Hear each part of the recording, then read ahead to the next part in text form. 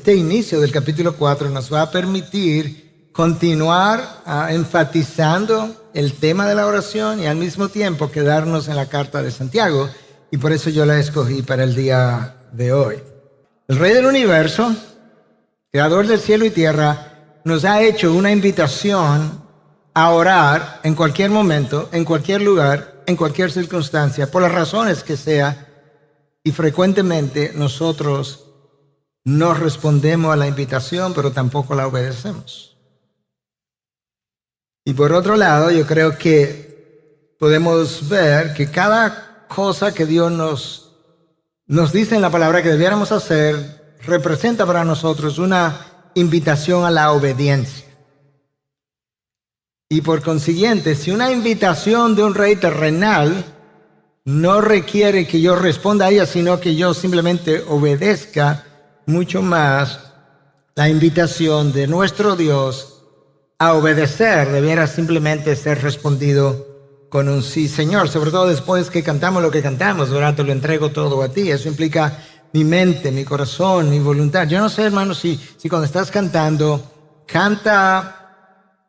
te deja llevar del ritmo y la bonita entonación y las bonitas palabras, o realmente si puedes como penetrar el significado de las palabras, porque cuando cantaba, te lo entrego todo a ti, visualicé en mi mente múltiples cosas y volví a entregársela al Señor.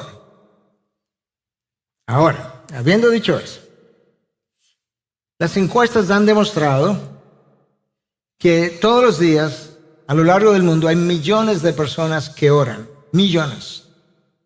Al mismo tiempo, la gran mayoría de esas personas que oran dicen no estar satisfechas ni con la experiencia de oración que tienen ni con los resultados.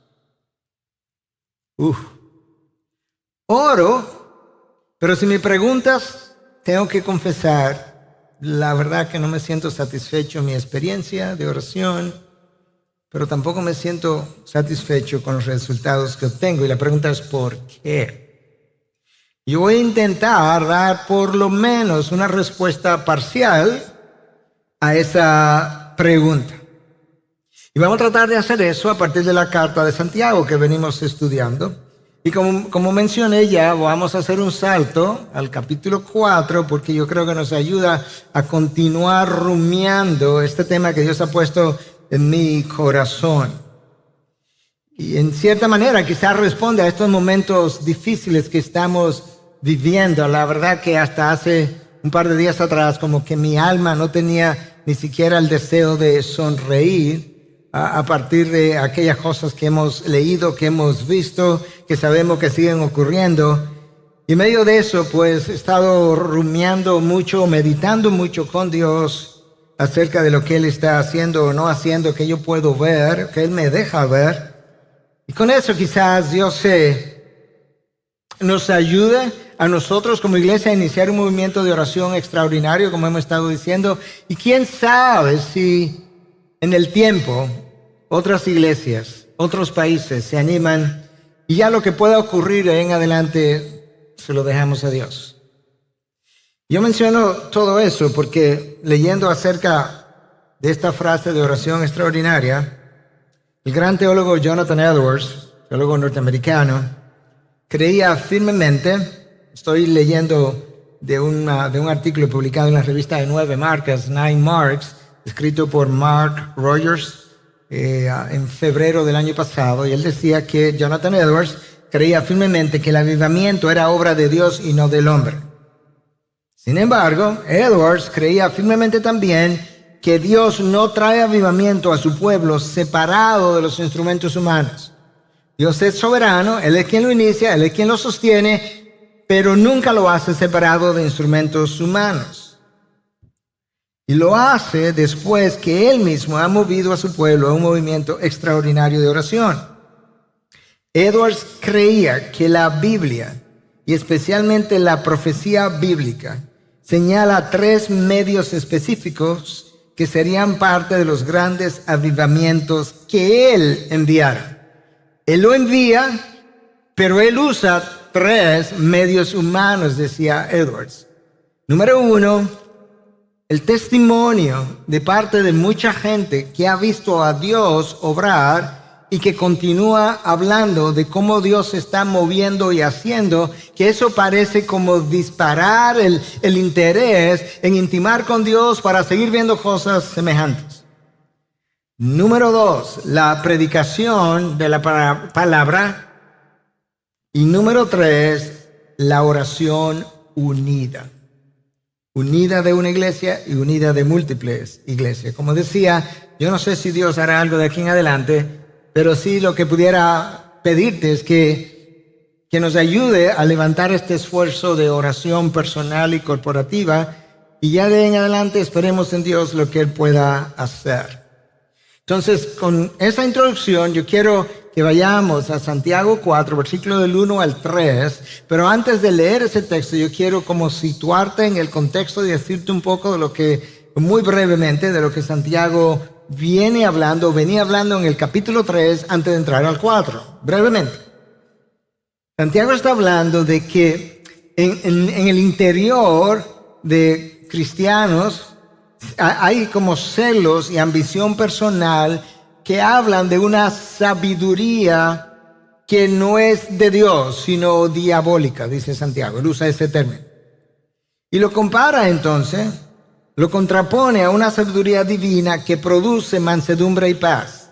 La sabiduría que no es de Dios produce celo, ambición personal, conflictos. Y la sabiduría que es de Dios produce mansedumbre y paz. Ese es su tema. Santiago continúa el capítulo 4 y esto es lo que Santiago dice del 1 al 3. ¿De dónde vienen las guerras y los conflictos entre ustedes? ¿No viene de las pasiones que combaten en sus miembros? Ustedes codician y no tienen, por eso cometen homicidio. Son envidiosos y no pueden obtener, por eso combaten y hacen guerra. Escuche, no tienen porque no piden. Piden y no reciben, porque piden con malos propósitos para gastarlo en sus placeres, dice Santiago. Y yo decía en el mensaje anterior que este sermón es uno de los más llanos, prácticos mensajes que yo haya predicado hasta el día de hoy. Aquí no hay nada profundamente teológico como que haya que oírlo varias veces. Aquí no hay nada filosófico, no hay nada controversial, no hay nada complejo. Al final usted será el jurado. Lo que sí el mensaje pudiera ser, para muchos, ojalá para todos, es revelador de algunas cosas. Cuando tú lees el texto, tú te percatas que Santiago está hablando de dos cosas. Quizás de una con una segunda como implicación. Santiago viene hablando del capítulo 3 de estas luchas y conflictos y ambición personal que produce una inquietud y falta de paz interna, y continúa con la pregunta de dónde vienen esos conflictos. Y lo que él está ayudándonos a entender es que mis luchas emocionales e internas, hay una lucha interna, tienen una expresión en mis relaciones externas. Que los celos y las envidias de que Santiago habla ocurren en mi interior, pero resultan en guerras, pleitos, divisiones en nuestro exterior. Él quiere que yo entienda eso. Nuestro mundo exterior es más revelador de lo que tú piensas. Esta es la razón por la que tú a un consejero y le cuentas media hora, una hora de tu vida, y del único que tú le estás hablando realmente es de qué es lo que está pasando en el mundo exterior. Y si él tiene cierto nivel de sabiduría, él tiene una idea de lo que está pasando en tu mundo interior. Porque mi mundo exterior es más revelador de lo que tú piensas. Aún mi rostro es más revelador de lo que tú piensas. Lo otro de lo que Santiago habla es que esas luchas internas no solamente tienen ese efecto en mi mundo exterior y en mis relaciones con los demás, sino que tienen un efecto hacia arriba, porque esas luchas estorban mi oración. Hasta el punto o de llevarme a no orar, no tienen porque no piden, o de llevarme a orar pero a orar mal. Entonces, una vez más, tú puedes ver que si las cosas no están bien a nivel horizontal, de seguro no pueden estar bien a nivel vertical. Y eso que no está bien a nivel horizontal se puede ver. Lo que no se puede ver es el nivel vertical, pero se puede asumir por todo lo que Dios revela en su palabra. Y por otro lado, no hay forma de que mi relación vertical, es lo mismo dicho, es como la otra cara de la moneda, no hay forma de que mi relación vertical, que incluye mi oración, pueda estar bien si mis relaciones horizontales no están bien. Y creo que mencioné el domingo pasado que esas dos dimensiones, la vertical y la horizontal, reflejan literalmente los dos mandamientos más grandes de la ley de Dios que Cristo usó para resumir toda la ley y los profetas. Toda la Biblia resumida en esas dos relaciones. Tú amas a Dios con toda tu alma, toda tu mente, todo tu corazón y toda tu fuerza. Y luego tú amas al prójimo como a ti mismo, y ahí se resume toda la Biblia. Wow. Bueno, Santiago está tratando de ayudarme a entender esto con relación a la oración, o más que con relación a la oración, con relación a las implicaciones que tiene todo lo que yo dije anteriormente. Y él comienza con dos preguntas, pero lo hace de una manera sabia, porque la segunda pregunta es la respuesta a la primera pregunta. Él hace una pregunta y la responde él mismo con otra pregunta. Escucha. Pregunta número 1. ¿De dónde vienen las guerras y los conflictos entre ustedes? Eso es una pregunta. Y la siguiente pregunta es la respuesta a la primera. ¿No vienen de las pasiones que combaten en sus miembros? La primera pregunta tiene que ver con la procedencia de los conflictos entre nosotros. Santiago le está escribiendo a personas, a miembros de iglesia, le estoy escribiendo a cristianos. Yo varias veces te he hablado de cómo él se dirige a ellos y le dice mis hermanos. E incluso en ocasiones he leído la frase mis queridos hermanos. Y esta gente estaba en conflicto uno con otro. Y cuando tú revisas la historia de la iglesia es como difícil de tragar, por así decirlo, difícil de concebir que desde el inicio la iglesia de Cristo, de gente que se supone que son hijos de Dios, han tenido conflictos significativos. En Corinto, Pablo los acusa de tener celos y envidias que resultaban en divisiones. Y uno decía que era de Pablo, otro de Cefas, otro de nadie, solamente de Jesucristo. Y Pablo les dice, ustedes lo que son unos carnales. Imagínate que yo venga y le diga, hey hermano, yo vengo a hablarle a ustedes, pero ustedes son los carnales. Eso es lo que Pablo le dice. En Gálatas las cosas alcanzaron un punto tal, en Gálatas 5:15 leemos que los hermanos estaban, Pablo le dice, pero si ustedes se comen y se devoran o se muerden y devoran unos con otros, ¿a dónde van a llegar? Devoran, eso es una palabra fuerte. En Filipo habían dos hermanas que eran compañeras de Pablo, compañeras de ministerio en algún momento. Evodia y Síntique, que estaban en conflictos. Y Pablo le escribe a los filipenses y apela a un amigo que no es identificado. Le dice, hermano, ve a ver si tú puedes hacer que estas dos grandes mujeres que sirvieron conmigo a mi lado se reconcilien. En la iglesia de Jerusalén, leemos en el libro de los Hechos, capítulo 6, que había un conflicto que surgió porque habían dos grupos de viudas de hombres, ¿verdad? Que habían ya muerto, obviamente, pero que vivían todo el tiempo en Jerusalén.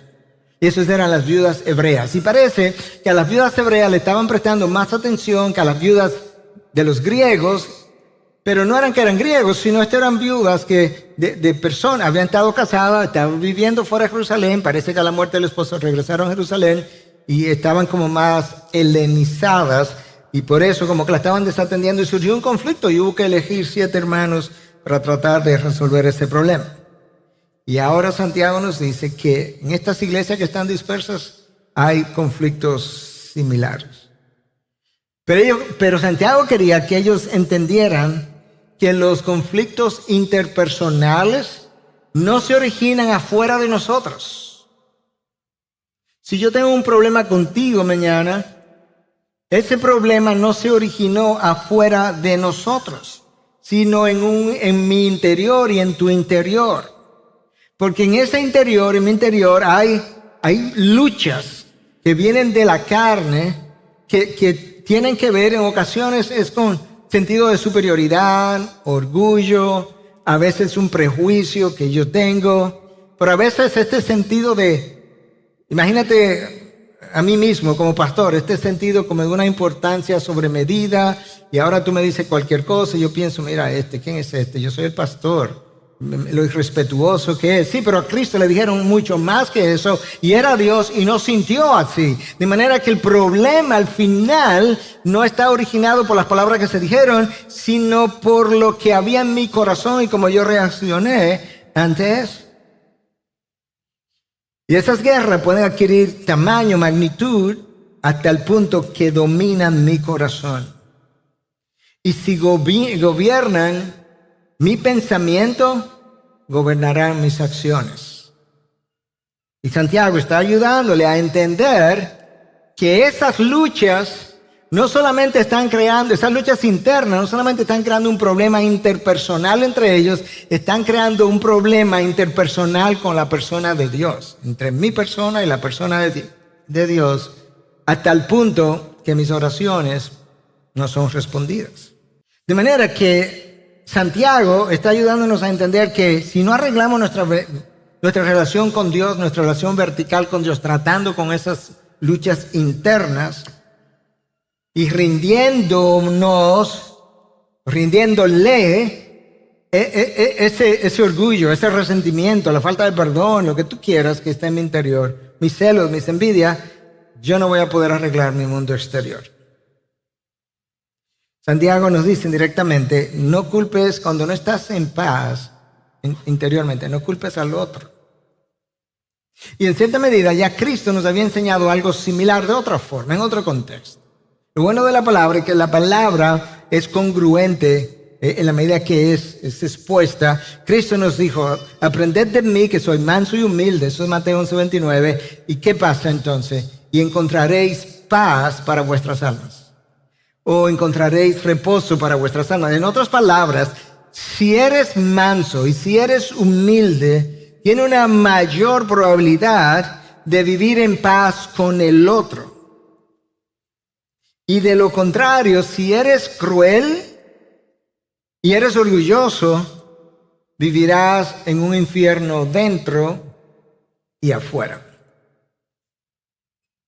Recientemente nosotros el mundo entero ha quedado boquiabierto con los horrores que hemos leído o visto.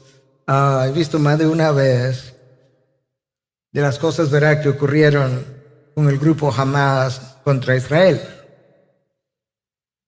Y la verdad que eso, yo comencé a enterarme el sábado pasado, temprano en la mañana, cuando oí al presidente de Israel hablar. Fue mi primer informe. Entré a la computadora y me encontré con este reporte. Y desde ese momento y por días yo casi no quería ni siquiera reír, ni ser jocoso, ni mucho menos, de pensar hasta dónde un ser humano hecho a la imagen de Dios puede llegar.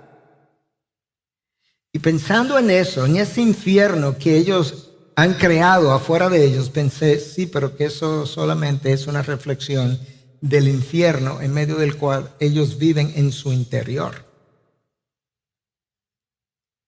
Yo no me imagino vivir en esas condiciones. Eso fue una revelación de lo que bulle en su interior. Y Santiago entonces nos dice, pasando ya al versículo 2, ustedes codician y no tienen, y por eso cometen homicidio.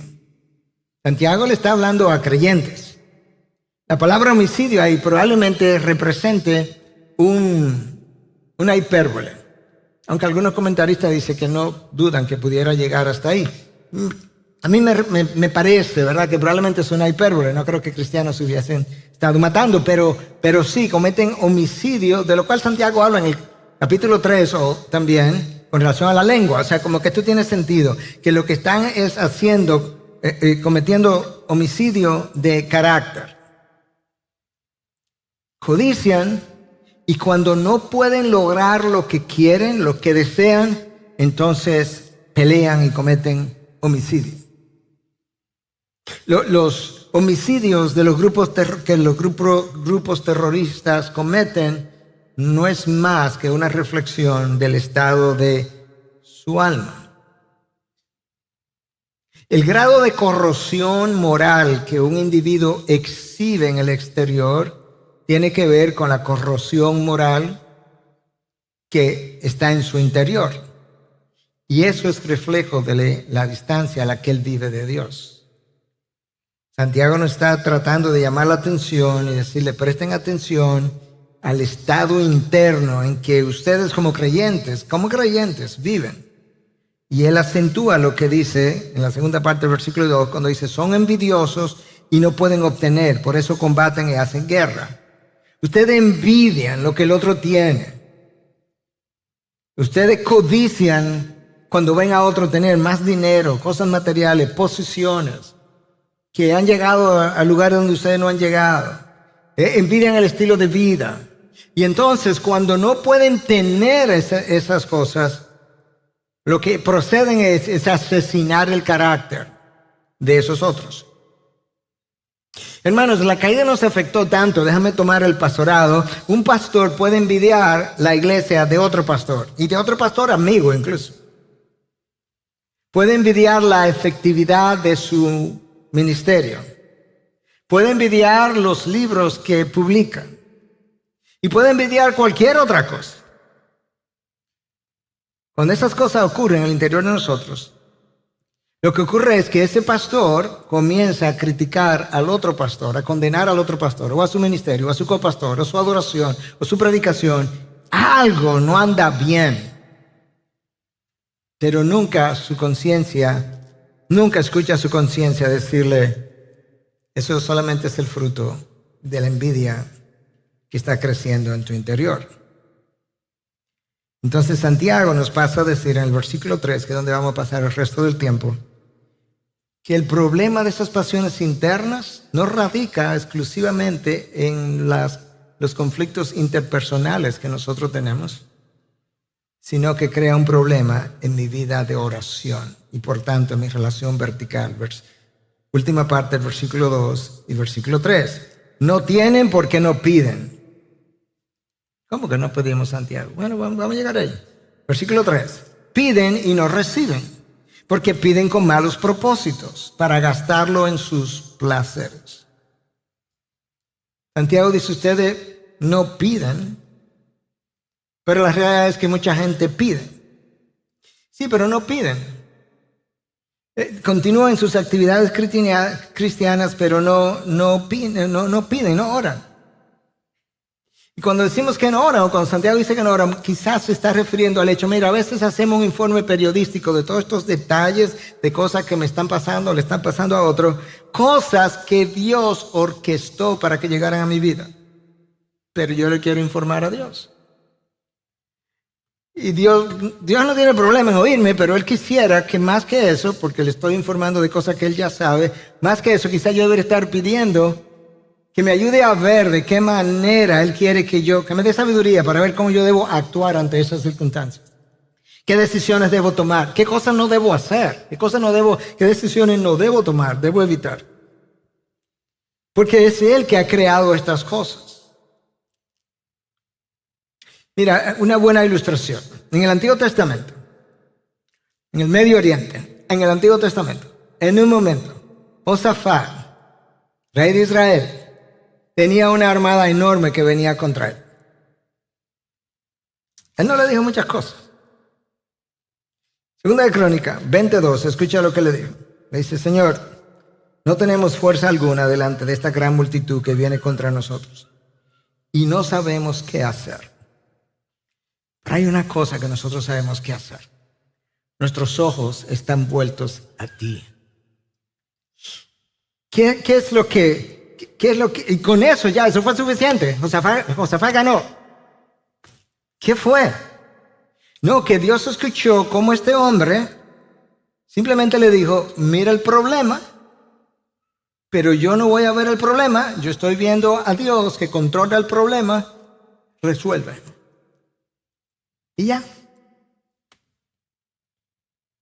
Y eso fue suficiente. Escucha la enseñanza de Cristo con relación a la oración. En Mateo 6, en el Sermón del Monte, capítulo 5, 6, 7 de Mateo, donde se dio el Padre Nuestro. Capítulo 6, versículos 7 y 8. Y al orar, no usen ustedes repeticiones sin sentido como los gentiles, porque ellos se imaginan que serán oídos por su palabrería. Escuchen. Por tanto, no se hagan semejantes a ellos. ¿Por qué? Porque su Padre sabe lo que ustedes necesitan antes de que lo pidan. Si su Padre sabe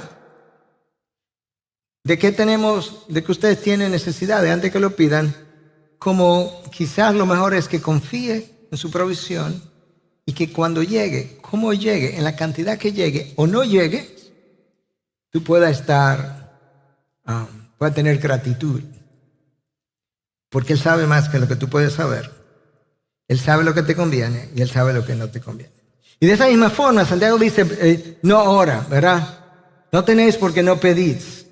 Pero tú sabes que a veces nosotros le pedimos a Dios por algo, estamos en una dificultad. Después que terminamos de orar, le decimos, porque tenemos que sonar espirituales, tú sabes, Señor, pero al final que se haga tu voluntad. Entonces al final no se da lo que yo estaba pidiendo. Y ahora estoy incómodo. Pastor, yo le he oído en consejería, pastor, yo no entiendo, porque yo le estaba pidiendo X cosas. E incluso le dije, mira, Señor, que se haga tu voluntad. Y ahora mira, pasó todo lo opuesto. ¿Y qué pasó? Que esa era la voluntad de Dios, no fue eso lo que pedía. La oración presupone una petición y una sumisión a la respuesta obtenida. Y Dios tiene que recordarnos continuamente, yo soy soberano, yo gobierno, yo estoy en los cielos. Hermanos, tú y yo no obtenemos lo que queremos, tú y yo obtenemos lo que necesitamos y lo que Dios entiende que tú y yo necesitamos para llevar a cabo Él sus propósitos en mí, en su tiempo, en su forma, con sus recursos, para su gloria y tu beneficio, todo junto. La mayoría de las veces nosotros oramos brevemente y luego hablamos, incluso yo estaba en un grupo recientemente y hablamos, ¿por qué es que oramos? Como que oramos poco y oramos brevemente y de manera superficial, y como que muchas veces uno vive tan agitado que no tenemos tiempo, y dice, bueno, si tú no tienes tiempo para hablar conmigo, yo no creo que tengo mucho tiempo. No, yo tengo todo el tiempo del mundo, pudiera Dios decir, pero no creo que tú tienes tiempo para escucharme cuando yo hable. Entonces, oramos, pero no oramos. Pastor, pero si no vamos a oír a Dios audiblemente, ¿cómo es que Él me va a hablar? Bueno, mira, Él te puede hablar por su palabra, algo que haya leído ese día o el día anterior o en el sermón. Dios nos dio su espíritu para que Él nos guíe a toda verdad y para que nos recordara la verdad. Él puede traer a tu mente, a tu memoria, mientras oras, aquellas cosas que ya has aprendido en la palabra o en un sermón, como te decía. Pero aparte de eso, el Espíritu de Dios se supone que pone en nosotros el querer y el hacer, y esos son como impulsos internos que llaman en inglés promptings del Espíritu Santo.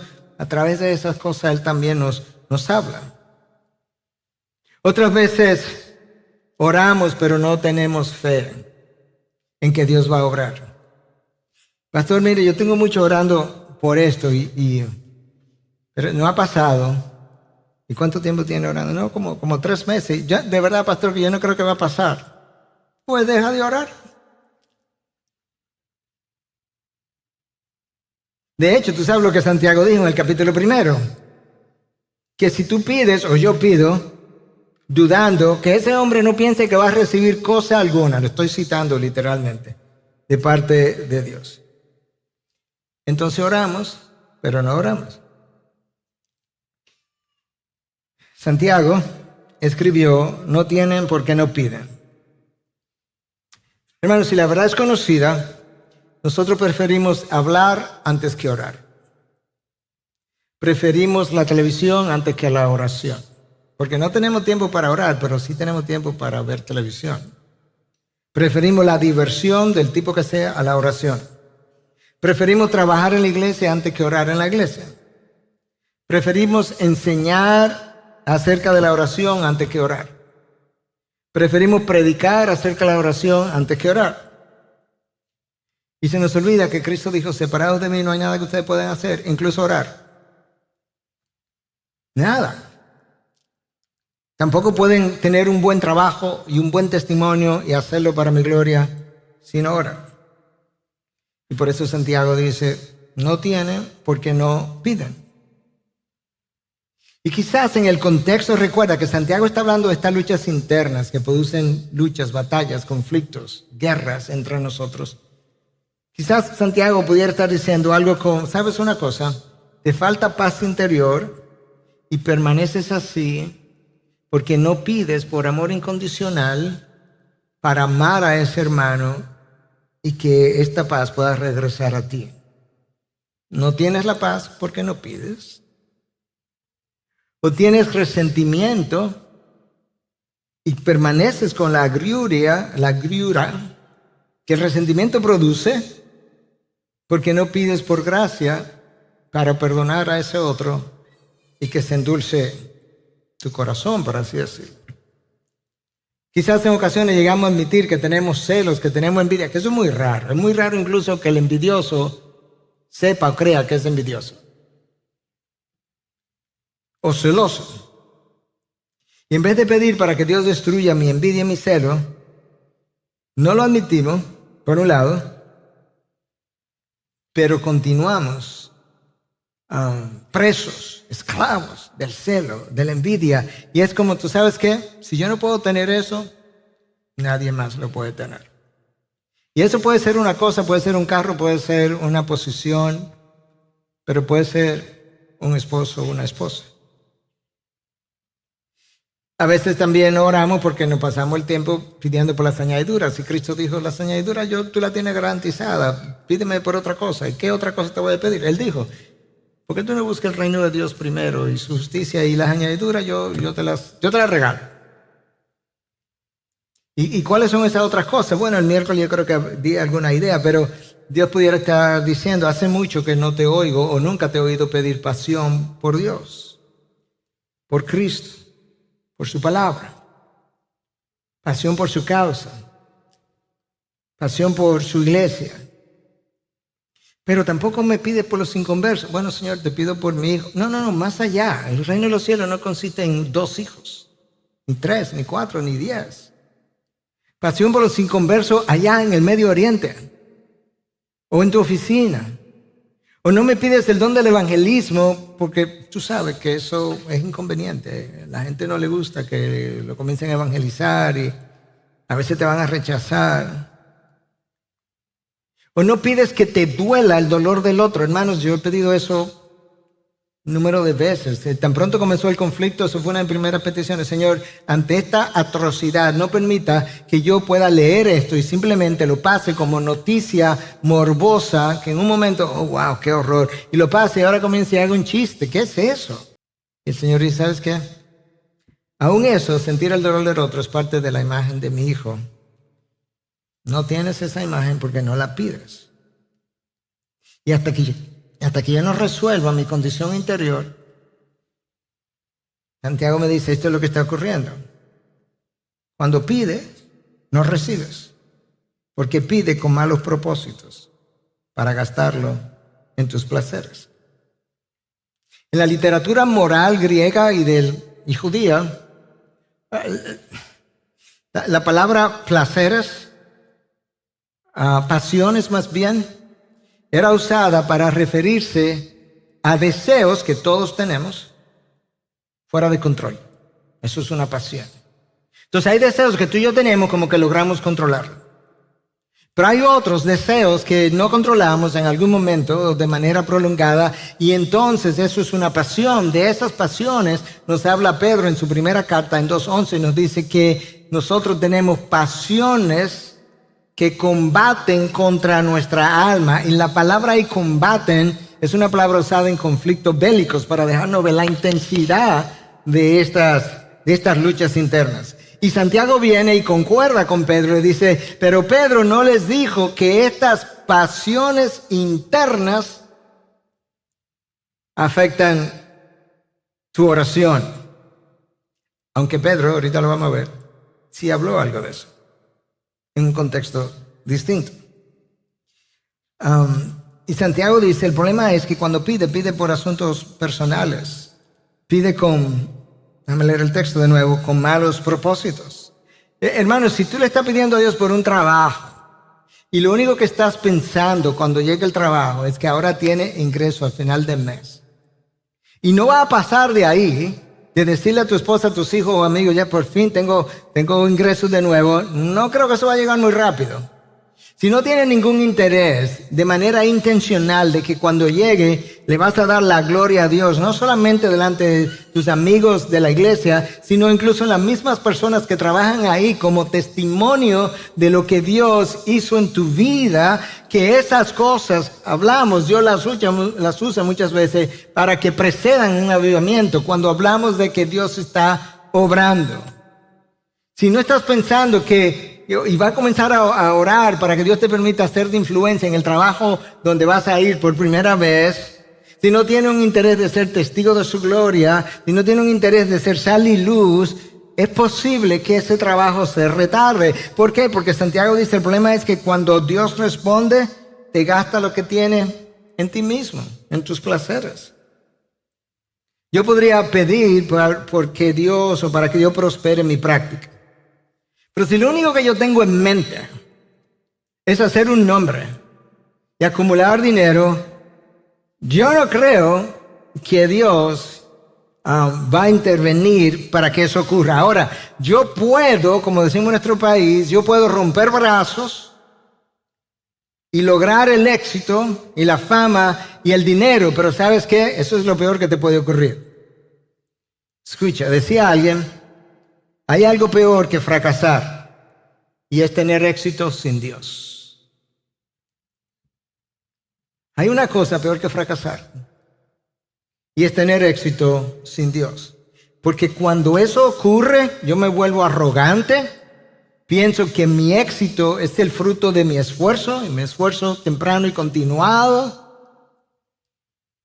Y cuando yo comienzo a sentirme de esa forma, yo comienzo a alejarme de Dios y comienzo a sufrir las consecuencias de vivir alejado de Dios, que comienza con una corrosión de mi mundo interno, mi mundo moral, como hablamos más tempranamente. Hermano, la razón por la que los terroristas se comportan como se comportan es porque tienen una corrosión moral y viven lejos de Dios. Y peor aún, la Biblia enseña que es posible llegar a un punto de no retorno. De esa misma manera, quizás no llegamos a ser terroristas, pero a veces condenamos al hermano, maldecimos, chismeamos, resentimos al hermano o experimentamos desdén hacia ese hermano. Así, dice Santiago, así no, allá arriba no te oyen. Entonces se produce un bloqueo de los canales de comunicación. Ni mi oración sube, ni sus respuestas bajan. Y realmente el énfasis de Santiago no dijo, déjame brincar del contexto del capítulo 3 al contexto de la oración del 4. No, él sigue con el mismo tema de las luchas internas, pero me deja ver en el 4, mira, tienes que ver que esto es una consecuencia de lo que está pasando en tu interior. Y decía que Pedro habla en su primera carta, habla acerca de las pasiones que combaten en mi interior, contra mi alma, mejor dicho, así como lo dice. Pero escucha lo que él dice en la misma carta, en 3:7. Porque te decía que también Pedro me deja ver que mi estado interno de mi corazón, el estado de mi corazón, afecta mis oraciones. Escucha, Pedro, ustedes maridos, esposos, nos están hablando a nosotros. Igualmente convivan de manera comprensiva con sus mujeres, como con un vaso más frágil, puesto que es mujer, dándole honor. Pastor, que usted no conoce a mi esposa. Escucha, dándole honor por ser heredera, esa es la razón. No es que es romántica, ni cuchicuchi, ni nada de eso. Dándole honor por ser heredera como ustedes de la gracia, de la vida Escucha para qué. Oye, Pedro ni siquiera está diciendo, oye, que tiene que vivir el evangelio en el matrimonio. Todo eso es verdad. Pero oye lo que Pedro está diciendo ahora. La razón para que te estoy diciendo que tengan cuidado cómo van a tratar a sus esposas es para que sus oraciones no sean estorbadas. El mismo lenguaje.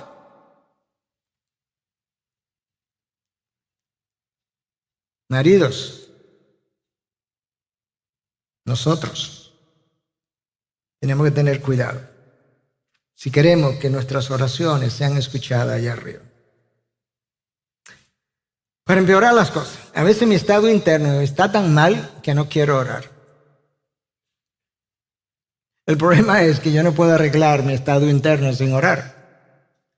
Entonces no quiero orar, pero no puedo hacerlo. No tenemos deseo. Pero cuando yo permanezco en ese estado como de rebelión, mi corazón está tan mal que cuando comienzo a orar, oro mal. Oro de manera egocéntrica para usar las respuestas para mi propio beneficio. Y ahora, como les decía, los canales de comunicación están bloqueados. Desde el Antiguo Testamento, Dios comenzó a revelar que nuestro estado, el estado de nuestro corazón, afecta nuestras relaciones externas y eso afecta lo que Dios quiera, cómo Dios quiera oírme o recibir mi adoración o no. En el libro de Malaquías, cuando tú lo lees, es una querella que el pueblo, en un sentido el pueblo monta contra Dios que le está cuestionando, pero Dios monta la querella contra ellos porque le está diciendo ustedes esto, ustedes aquello, y ellos están, cuando Dios le trae la querella, ellos le dicen a Dios, no, ¿y cómo? Y eso es verdad. Tú dices que nos ama ¿cómo? Literalmente. Cuando llega al capítulo 2, Dios le está hablando de cómo es su adoración. Y le dice en versículo 13 y 14, de nuevo nos va a hablar a nosotros los maridos. Y esta otra cosa hacen, cubren el altar del Señor de lágrimas, llantos y gemidos, porque Él ya no mira la ofrenda ni la acepta con agrado de su mano. O sea, los hombres estaban viniendo al templo y estaban llorándole a Dios, estaban mojando el altar. Y le estaban diciendo a Dios, pero es que tú no nos oyes, tú ni siquiera recibes la adoración. Y Dios dice, ¿y ustedes preguntan por qué? Pues yo le voy a decir a través de Malaquías. Porque el Señor ha sido testigo entre tú y la mujer de tu juventud, contra la cual has obrado deslealmente, aunque ella es tu compañera y la mujer de tu pacto. El Señor rechazó las ofrendas de los hombres por el estado en que estaban sus relaciones externas como resultado de su mundo interior. La calidad de mis relaciones horizontales determina la calidad de mi relación vertical, pero determina también la calidad de mi oración. Hermanos, los pecados del tipo que sean, no te creas que son estos pecados solamente los que nos separan de Dios. No, todos nuestros pecados afectan negativamente nuestras oraciones. Escucha lo que dice Isaías 59:2. Las iniquidades de ustedes han hecho separación entre ustedes y su Dios. Aquí está Dios, aquí están ustedes, en el medio hay pecados. Y los pecados le han hecho esconder su rostro para no escucharlos. Eso es oración. El estilo de vida que llevan ha hecho que Dios cierre sus oídos. Y el Señor escondió su rostro. Eso es apoyado por el Salmo 66:18.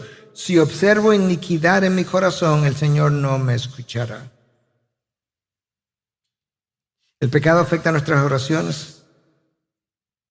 Todo tipo de pecado. Bloquean, no solamente las oraciones, bloquean mi deseo de orar. Se me va el deseo de orar. No quiero, no. ¿Y cuál es pecado? Bueno, hay una lista larga, pero te doy algunas ilustraciones. El orgullo me lleva a la rebelión. La avaricia, que de acuerdo a Colosenses 3:5 es idolatría. La avaricia es idolatría. El 10º mandamiento de la ley de Dios, el último de los 10 mandamientos, es contra la avaricia y el tener envidia por las cosas del otro. No codiciarás. La amargura, que es falta de aceptación. La queja es un pecado grande, no es chiquito, porque es ingratitud contra Dios. La queja es la expresión externa de la gratitud interna hacia lo que Dios está haciendo en tu vida. El pueblo de Israel es la mejor ilustración, o en la mía. Mi queja es lo mismo. El resentimiento, que habla de odio, el legalismo, la religiosidad, que es religión sin Dios, el chisme, la condenación del otro, todo eso. Y si a eso le agregamos que otras cosas afectan mi vida de oración, la eficacia de mi oración, si agregamos nuestra incredulidad, Mateo 13:58 se nos habla de que Cristo estaba en Nazaret en un momento dado y había estado predicando y haciendo milagros, pero al final el texto dice que él no hizo muchos milagros allí por su incredulidad. Le pidieron, pero no hizo. Hermanos, la oración no es un ejercicio de devengar beneficios. Nunca lo ha sido. Es un ejercicio para cultivar una relación íntima con Dios. Una y otra vez la palabra nos habla de eso. A través de la oración, Dios por medio de su Espíritu, por medio de su palabra, Él me ayuda a entender qué es lo que me toca hacer en la circunstancia que estoy o en la que voy a entrar. ¿Qué fue lo que Cristo le dijo a los discípulos en Getsemaní? Velar y orar, velad y orar para que no entren en tentación. En otras palabras, la tentación viene de camino, comiencen a orar para que sepan cómo van a responder. No oraron, se durmieron, llegó la tentación y todos lo abandonaron. La palabra enseña, hermanos, para cerrar, el tiempo ha ido corriendo, la palabra enseña de manera recurrente, repetitiva, que la obediencia es recompensada, es tan recompensada que incluso hay promesa para la vida eterna, donde unos serán recompensados de una manera y otros de otra manera, y eso tiene que ver con nuestro grado de obediencia. Todos nosotros compareceremos ante el tribunal de Cristo para rendir cuenta de todo lo que hayamos hecho, sea bueno, sea malo. Y cada uno va a recibir entonces para que sea recompensado conforme a la rendición de cuentas. 2 Corintios 5:10. Y la desobediencia es disciplinada. Ahora, para cerrar, déjame dejarte ver en un minuto el otro lado de la moneda. De este lado es todo lo que dijimos. De este lado, te voy a leer de Santiago, medio versículo, capítulo 5, versículo 16, en 3 versiones distintas. Nueva versión internacional. La oración del justo es poderosa y eficaz. Mismo versículo, nueva traducción viviente. La oración ferviente de una persona justa tiene mucho poder y da resultados maravillosos. Biblia textual.